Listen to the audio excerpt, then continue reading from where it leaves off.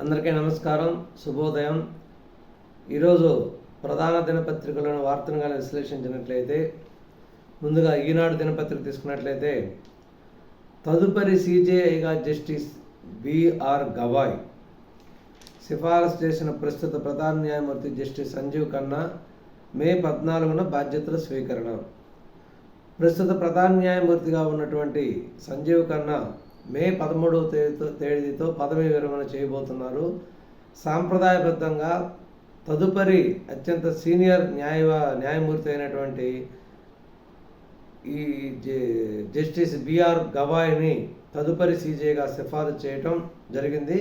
ఇక ఫార్మాలిటీగా కేంద్ర ప్రభుత్వం ఆమోదం చేసిన తరువాయి మే 14వ తేదీ జస్టిస్ బిఆర్ గవాయ్ ప్రమాణ స్వీకారం చేసేటటువంటి అవకాశం ఉంటుంది. బంగారం 10 గ్రాములు 98,400. త్వరలో బంగారం ధర 1,00,000 కూడా చేరుకునేటటువంటి అవకాశం ఉంటుందని మార్కెట్ వర్గాలు తెలుస్తుంది. ప్రజెంట్ 98,400 10 గ్రాముల బంగారంగా ఉంది. మీరు సాయం చేస్తే పుంజుకుంటాం. వైకాపా హయాంలో ఆర్థిక విధ్వంసం, ఆదాయం కంటే ఖర్చు ఎక్కువైంది, అదనపు కేటాయింపులు ఇప్పించండి, ఏపీ పునర్నిర్మాణానికి అండగా నిలవండి. 16వ ఆర్థిక సంఘానికి సీఎం చంద్రబాబు వినతి. సచివాలయంలో స్వయంగా ఎదురెళ్లి స్వాగతం, రాజధాని సహా వివిధ అంశాలపై ప్రజెంటేషన్. ఆర్థిక సంఘం చైర్మన్ అరవింద్ పనగాడియా బృందానికి నిన్న ఆంధ్రప్రదేశ్లో పర్యటించినటువంటి ఆర్థిక సంఘం చైర్మన్ అరవింద్ పనగాడియా బృందానికి పోలవరం బనకచెర్ల అనుసంధాన ప్రాజెక్టు గురించి, వాటన్నిటి గురించి కూడా, రాష్ట్రంలో ఉన్న పరిస్థితులన్నిటి గురించి కూడా పవర్ పాయింట్ ప్రజెంటేషన్ ఇస్తూ చెప్పటం జరిగింది. 4 నగరాల్ని కలిపితే దక్షిణ భారత్ వికాసమే. అమరావతికి చేరువలోనే హైదరాబాద్, బెంగళూరు, చెన్నై నగరాలు ఉన్నాయి. ఈ 4 నగరాలను కలుపుతూ దక్షిణ భారతదేశం మరింత అభివృద్ధి చెందేలా ప్రణాళికలు సిద్ధం చేయాలి. వికసిత్ భారత్ లక్ష్య సాధనలో దక్షిణ భారత్ అనేది భాగం అవుతుందని చంద్రబాబు నాయుడు గారు వ్యాఖ్యానించడం జరిగింది. ప్రత్యేక గ్రాంట్లు ఇవ్వండి, పన్నుల వాటా పెంచండి. 16వ ఆర్థిక సంఘానికి ఏపీ మెమరాండం. ఏపీని ప్రత్యేకంగా పరిగణించేందుకు విభజన నష్టాలే కీలకం. ఆర్థిక సంఘం చైర్మన్ పనగడియా. సహజంగా ప్రతి 10 సంవత్సరాలకు ఒకసారి ఒక కేంద్ర ప్రభుత్వ ఆధ్వర్యంలో ఆర్థిక సంఘం నియమించి, ఈ ఆర్థిక సంఘం అనేది అన్ని రాష్ట్రాలు పర్యటించి, రాష్ట్రాల పరిస్థితులు ఎలా ఉన్నాయి, రాష్ట్రానికి కేంద్ర ప్రభుత్వానికి మధ్య సంబంధాలు ఎలా ఉన్నాయి, దేశ ఆర్థిక పరిస్థితి ఎలా ఉంది, రాష్ట్రాల ఆర్థిక పరిస్థితికి ఆర్థిక పరిస్థితికి మధ్య తేడా ఏంటి, కేంద్ర ప్రభుత్వానికి వచ్చే ఆదాయంలో రాష్ట్రాల నుంచి ఎంత వస్తున్నాయి, వాటి యొక్క వాటా ఎంత, కేంద్ర ప్రభుత్వం నుంచి తిరిగి రాష్ట్రాలకు పన్ను వాటాలు ఎంత ఇవ్వాలి అనేది మొత్తం ఈ ఆర్థిక సంఘం అనేది ఒక ప్రణాళికను రూపొందిస్తుంది. ఈ ఆర్థిక సంఘం రూపొందించినటువంటి ప్రణాళిక విధానాన్ని బట్టి కేంద్ర ప్రభుత్వం అనేది రాష్ట్రాలకి ఆర్థిక సహాయం చేస్తూ ఉంటాయి.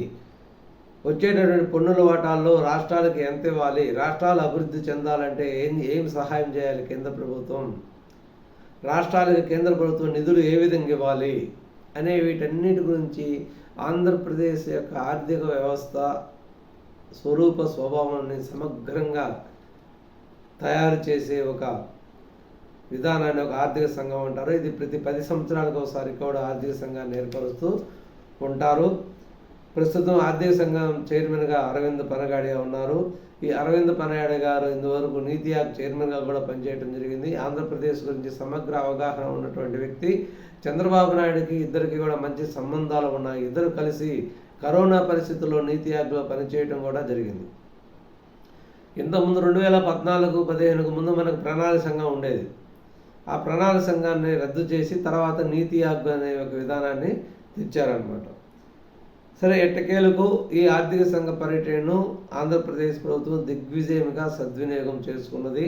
వాళ్ళకి ఆంధ్రప్రదేశ్ యొక్క పరిస్థితుల్ని, ఆంధ్రప్రదేశ్ కేంద్ర ప్రభుత్వం నుంచి ఏం ఆశిస్తున్నది, ఆంధ్రప్రదేశ్ సమగ్రాభివృద్ధి చెందాలంటే ఈ ఆర్థిక సంఘం అనేది ఏ విధంగా సహాయపడాలి అవన్నీ కూడా వాళ్ళకు విపులంగా విశదీకరించడంలో, వాళ్ళకి ఎక్స్ప్లెయిన్ చేసి వాళ్ళకి సానుకూలంగా ఉండేటట్లు చేయడంలో ఆంధ్రప్రదేశ్ ప్రభుత్వం సక్సెస్ అనేది చెప్పుకోవచ్చు.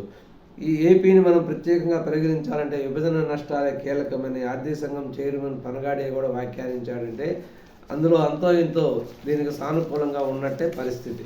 కాబట్టి పూర్తిగా సమగ్రంగా ఆంధ్రప్రదేశ్ గురించి ఒక మెమొరాండం కూడా ఇవ్వటం జరిగింది. ఆంధ్రప్రదేశ్ కట్టెక్కాలంటే కేంద్ర ప్రభుత్వం ఏమేమి చేయాలి అని ఒక సమగ్ర రిపోర్ట్ని తయారు చేసి ఇవ్వటం జరిగింది. కోర్టులు వక్ఫ్గా ప్రకటించిన ఆస్తుల్ని రద్దు చేయొద్దు. ముస్లిమేతర బోర్డులో ఎక్సెప్షన్ సభ్యులుగా మాత్రమే ఉండాలి. కొత్త వక్ఫ్ చట్టంలోని కొన్ని నిబంధనలపై స్టేకు సుప్రీంకోర్టు ప్రతిపాదనలు. హిందూ ఆలయాల ట్రస్ట్లోకి ఇకపై ముస్లింలు అనుమతిస్తారా? శతాబ్దాల కిందట మసీదులకు సేల్ డీడ్లు ఎలా ఉంటాయి? కేంద్రాన్ని ప్రశ్నించిన ధర్మాసనం నేడు కొనసాగనున్న విచారణ. వక్ఫ్ బిల్లు కేంద్ర ప్రభుత్వం ఆమోదించడంతో కొంతమంది అనేక మంది వ్యక్తులు దీని మీద కోర్టుకు వెళ్ళటం కూడా జరిగింది. ఈ వక్ఫ్ బిల్లులు ఉండే బోర్డుల్లో ముస్లిమేతరులు ఎలా ప్రవేశపెడతారు, అదే హిందూ ఆలయాల ట్రస్ట్లోకి ముస్లింలు నియమిస్తారా, ఇవన్నీ అనేక క్వశ్చన్స్ రావటం జరిగింది. వీటి గురించి కోర్టు అనేది విచారణ జరుగుతూ ఉంది. కొన్ని ప్రతిపాదనల మీద స్టే ఇవ్వాలని ప్రతిపాదన కూడా సిద్ధం చేసినట్లు, వాటి మీద పూర్తి వాదోపవాదాలంగా 2-3 రోజులు జరిగేటటువంటి అవకాశం కూడా ఉంది. సస్పెన్షన్లో ఉన్న వైకాపా సేవలోనే అన్నీ తానై నడిపిస్తున్న సీనియర్ ఐపీఎస్ అధికారి. జగన్ పాలనలో జరిగిన కుంభకోణాల దర్యాప్తులకు ఆటంకానికి యత్నాలు. విచారణ నుంచి తప్పించుకునేందుకు నిందితులకు సలహాలు. వీఆర్ సస్పెన్షన్లో ఉన్న కొందరికి నిధులు అందజేత. పోలీస్ శాఖలో చర్చనీయాంశంగా మారిన ఐపీఎస్ తీరు. ఎందుకంటే వైకాపాతో అంటగాగి వాళ్ళు చేసిన విధానాలను ఎత్తికెత్తుకొని చేసినటువంటి ఐపీఎస్ అధికారులను ఆల్రెడీ సస్పెండ్ చేసింది. ఈ సస్పెండ్ అయిన తర్వాత వాళ్ళు కూడా కామ్గా ఉండకుండా పోలీస్ శాఖలో ఏలు పెడుతూ ఈ కుంభకోణాల్లో ఉన్నటువంటి నిందితుల్ని ఎలా తప్పించుకోవాలి, పోలీసులకు ఎలా దొరకకుండా ఉండాలి, పోలీసులు ఇచ్చిన నోటీసులకు ఎలా సమాధానం ఇవ్వాలి అనే వాటి మీద వాళ్ళకి సలహాలు ఇస్తూ, అవసరమైతే వాళ్ళకి నిధులు ఇస్తూ, వాళ్ళకి న్యాయ సలహా అన్నీ కూడా ఏర్పాటు చేయడానికి ఈ సీనియర్ ఐపీఎస్ అధికారి వైకా తరపున వకాల్తా పుచ్చుకొని పనిచేస్తున్నట్టు తెలుస్తున్నది. సరికొత్త సచివాలయం ఐకానిక టవర్ల నిర్మాణానికి టెండర్లు. 4,688 కోట్ల అంచనాతో బిడ్లు ఆహ్వానం. వచ్చే నెల 1 వరకు గడువు. ఎట్టకేలకు ఆంధ్రప్రదేశ్ రాష్ట్ర రాజధాని అమరావతికి గుండెకాయ లాంటి ఈ ఐకానిక టవర్ల నిర్మాణానికి టెండర్లు పిలవటం జరిగింది. ఈ టెండర్ల యొక్క విలువ 4,688 కోట్లుగా ఉంది. వీటన్నిటికీ కూడా వచ్చే నెల 1 వరకు గడువు విధించడం జరిగింది. స్థానిక సంస్థలకు నేరుగా నిధుల రాకతో వేగంగా అభివృద్ధి. 2031 నాటికి 62,515 కోట్ల నిధులు లోటు. 16వ ఆర్థిక సంఘం నిధులతో ఉప ముఖ్యమంత్రి పవన్ కళ్యాణ్. అంటే పంచాయతీలకు నిధులు నేరుగా కానీ కేంద్ర ప్రభుత్వం నుంచి వచ్చినట్లయితే అభివృద్ధి వేగంగా జరుగుతుంది. 2030 నాటికి 62,515 కోట్లు నిధుల లోటు అనేది ఉంటుంది అని 10వ ఆర్థిక సంఘంతో ఉప ముఖ్యమంత్రి పవన్ కళ్యాణ్ గారు తమ శాఖల గురించి ఎక్స్ప్లెయిన్ చేయడం కూడా జరిగింది. పాపాలు కడిగేసుకునేందుకే మాపై బురద. కేంద్ర సర్కార్ది నిరంకుశత్వం. సోనియా రాహుల్పై ఛార్జిషీట్లను తప్పుపట్టిన ఖర్గే. ఈడీ కార్యాలయాల ఎదుటే కాంగ్రెస్ నిరసనలు. ఈ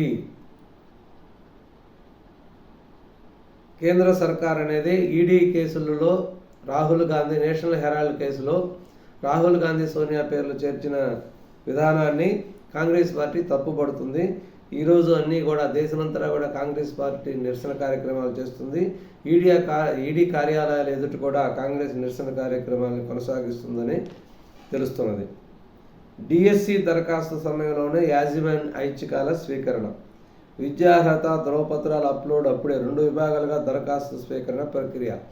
ఇక రాబోయే డిఎస్సి నోటిఫికేషన్లో ముందుగానే వాళ్ళు ఎస్జిటికా, హై స్కూల్కా, లేకపోతే మున్సిపల్ స్కూల్కా, జెడ్పీ హై స్కూల్కా అనే ఒక యాజమాన్య ఐచ్ఛికాల్ని అప్లికేషన్లోనే ప్రవేశపెట్టే విధానాన్ని ప్రభుత్వం పరిశీలిస్తుంది. కాబట్టి డిఎస్సి రాసేటటువంటి ప్రతి వ్యక్తి కూడా 2 రకాల అప్లికేషన్ వేయవలసి ఉంటుంది. రాజ్ కసిరెడ్డికి మళ్ళీ నోటీసులు. ఈ నెల 19న విచారణకు రావాలని ఆదేశం. ఆయన నివాసంలోనే అందించిన సిట్ బృందం నేడు విచారణకు రావాలంటూ రాజు తండ్రికి పిలుపు. మద్యం డాన్ మద్యానికి క్రియాశీలక సూత్రధారి అయినటువంటి రాజ్ కసిరెడ్డి ఇప్పుడు ఎక్కడో అజ్ఞాతవాసంలో ఉన్నాడు. ఇంతవరకు ఫోన్లో అందుబాటులో లేడు, పరారీలో ఉన్నట్టు తెలుస్తున్నది.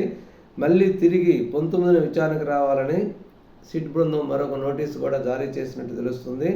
ఈరోజు విచారణకు రావాలంటూ రాజ్ కసిరెడ్డి తండ్రికి కూడా పిలుపు ఈరోజు వచ్చేటటువంటి అవకాశం కూడా ఉందని తెలుస్తుంది. సిమెంట్ పరిశ్రమలపై ఆదినారాయణ రెడ్డి జులుం. ఫ్లై యాష్, సున్నప్రాయ సరఫరా అడ్డగింత, ముడిసరుకు రవాణా తెల్లవారికి ఇవ్వాలని డిమాండ్. కడప జిల్లా ఉన్నటువంటి ఈ అల్ట్రాటెక్ సిమెంట్ పరిశ్రమలో ఉండే అన్ని రకాల ట్రాన్స్పోర్ట్లన్నీ నేను చెప్పిన వాళ్ళకి ఇవ్వాలి అని చెప్పి అతను అక్కడ ఉండేటటువంటి సిమెంట్ తయారీని అడ్డుకుంటూ అక్కడ ట్రాన్స్పోర్ట్లను అడ్డుకొని వాళ్ళ అనునయాలతో హల్చల్ సృష్టిస్తున్నట్టు తెలుస్తున్నది. అన్ని రకాల కాంట్రాక్టులు నాకే ఇవ్వాలని కూడా డిమాండ్ చేస్తున్నట్టు తెలుస్తున్నది. చైనాపై అగ్రరాజ్యం ఉగ్రరూపం.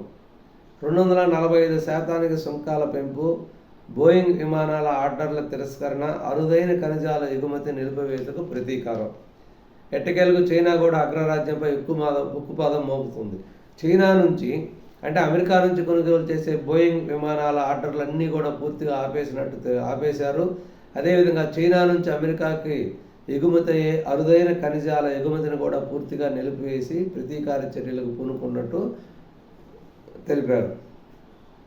రాష్ట్రంలో ఉపాధి లేని వారు 1.5 కోటి పైనే, పనిచేయడానికి సిద్ధంగా ఉన్నవారు 52.74 లక్షలు. 18 ఏళ్ల నుంచి 50 ఏళ్ల లోపు వయసు వారిని సర్వే చేసిన సచివాలయ ఉద్యోగులు. ఆంధ్రప్రదేశ్ ప్రభుత్వం చేపట్టిన నైపుణ్య గణన లెక్క ఒక కొలిక్కి వచ్చింది. దాదాపు మన రాష్ట్రంలో 1.5 కోటి పైన ఉపాధి పని లేకుండా ఖాళీగా తిరుగుతూ ఉన్నారు. అంటే ఉపాధి లేకుండా ఉన్నారు. 52.74 లక్షల మంది ఇందులో పనిచేయడానికి సిద్ధంగా ఉన్నారు. ఇందులో ఈ 1.5 కోటిలో 1/2 కోటి మంది మాత్రమే ఏదైనా పని ఇస్తే చేయడానికి సిద్ధంగా ఉన్నారు. ఈ గణన పూర్తయిన తర్వాత వాళ్ళకి ఎటువంటి ఉపాధి కల్పించాలి, వర్క్ ఫ్రమ్ హోమ్ ఏమి ఇవ్వాలి అనేది ప్రభుత్వం సమాలోచన చేసేటటువంటి అవకాశం కూడా ఉందని తెలుస్తున్నది. ఇకపోతే ఆంధ్రజ్యోతి దినపత్రిక తీసుకున్నట్లయితే కేంద్ర పన్నుల్లో రాష్ట్రాలకు సగం ఇవ్వాలి.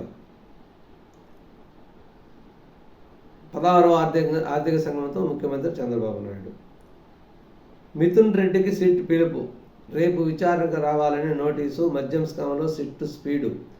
నేడు విచారణకు రానున్న సాయిరెడ్డి రేపు రావాలని రాజ్ కసిరెడ్డి తండ్రికి నోటీసు. ఎల్లుండి హాజరు కావాలని రాజుకు మరో తాకీదు. రాజు ఫోన్లు స్విచ్ ఆఫ్, 3 సార్లు డొమ్మ. నేడు సిట్ ముందుకు విజయసాయిరెడ్డి హాజరు. మద్యం స్కామ్లో సాక్షినిగా విచారించేందుకు సిట్ నోటీసులు ఇవ్వడం జరిగింది. ఆ నోటీసులకు రిప్లైగా ఈరోజు సిట్ ముందు విచారణకి హాజరవుతున్నట్టు తెలుస్తున్నది. ఈరోజు ప్రధాన దినపత్రికలోని ముఖ్యమైన వార్తలు. నమస్కారం, ధన్యవాదాలు.